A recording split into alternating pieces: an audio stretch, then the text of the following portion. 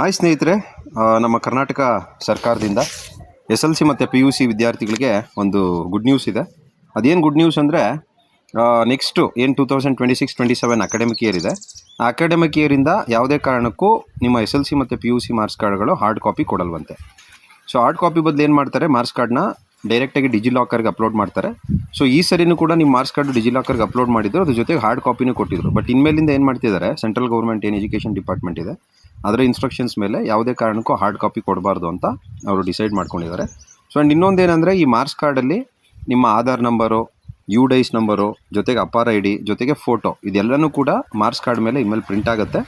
And ಇದನ್ನೆಲ್ಲ maintain ಮಾಡೋಕ್ಕೆ national academic depository ಅಂತ ಒಂದು ಸೆಂಟ್ರಲ್ ಗೌರ್ಮೆಂಟ್ ಏಜೆನ್ಸಿ ಇದೆ, ಅವ್ರೇನು ಮಾಡ್ತಾರೆ, ಇದನ್ನೆಲ್ಲ ಮೇಂಟೈನ್ ಮಾಡ್ತಾರೆ.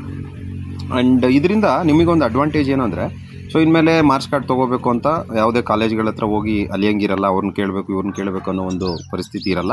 ಅದ್ರ ಜೊತೆಗೆ ಈ ಒಂದು ಮಾರ್ಕ್ಸ್ ಕಾರ್ಡ್ನ ಅವರು ನೆಕ್ಸ್ಟ್ ನೀವು ಹೈಯರ್ ಎಜುಕೇಷನ್ಗೆ ಹೋಗ್ಬೇಕಾದ್ರೆ ಅಲ್ಲಿ ಡೈರೆಕ್ಟಾಗಿ ಇನ್ಸ್ಟಿಟ್ಯೂಟ್ ಅವರು ಈ ನಿಮ್ಮ ಮಾರ್ಕ್ಸ್ ಕಾರ್ಡ್ನ ಏನು ಮಾಡ್ಬೋದು, ಅಕ್ಸೆಸ್ ಮಾಡ್ಬೋದು. ಇಂಥ ಒಂದು ಆಕ್ಸೆಸ್ ಕೂಡ ಕೊಡ್ತಾರಂತೆ. ಅದ್ರ ಜೊತೆಗೆ ಎಂಪ್ಲಾಯ್ಮೆಂಟ್ಸು ಕೂಡ, ಎಂಪ್ಲಾಯ್ಮೆಂಟ್ ಏಜೆನ್ಸಿ ಏನಿದೆ ಅವ್ರೇನು ಮಾಡ್ಬೋದು, ಈ ಮಾರ್ಕ್ಸ್ ಕಾರ್ಡ್ನ ಡೈರೆಕ್ಟಾಗಿ ಆಕ್ಸೆಸ್ ಮಾಡ್ಬೋದಂತೆ.